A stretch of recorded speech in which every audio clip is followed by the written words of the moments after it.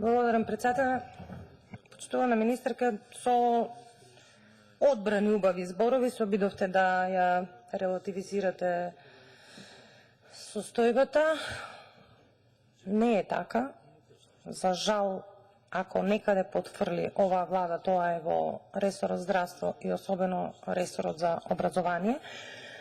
Не го адресирам тоа на почетокот на мојата дискусија, кажав, јасна бев, мислам дека ме разбравте, не го адресирам тоа директно до вас, но бидејќи сте влада и министер за труд и социјална политика, сметам дека по однос на дискриминацијата која што де факто постои, тоа не може никој да го негира, треба да најде начини и алатки за надминување на проблемот, особено што оваа настава ќе продолжи до крајот на учебната година.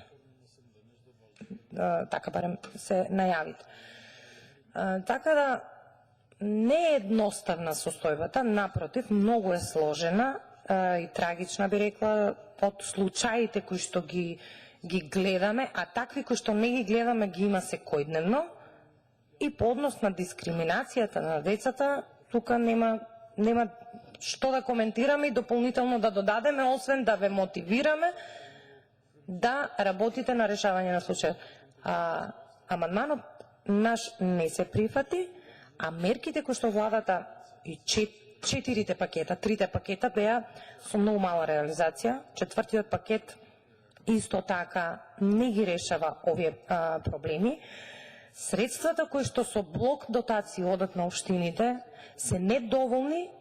И пред малку разговаравме за претходниот закон, имате различни општини со различна финансиска моќ. Јас ве убедувам дека не се во кондиција сите општини да ги средат овие работи, односно да им обезбедат компјутери на учениците, а основна алатка за учество во образовниот процес. И кога сме кај питачењето, добро е што го спомнавте, често пати кога си одам на секоја раскрсница, се повеќе и повеќе гледам млади луѓе кои што треба да се на настава, а не се, и сметам дека питачењето е многу зголемено, што пак е показател на економската состојба, на економската криза и целата оваа криза во која што се наоѓа државата. Еве да бидам докрај искрена и целиот свет, но секоја држава си има своји мерки, своји заштитни механизми. Не знам дали сте приметиле дека питачењето и текако е во зголемен процент, но добро, тоа се предпоставувам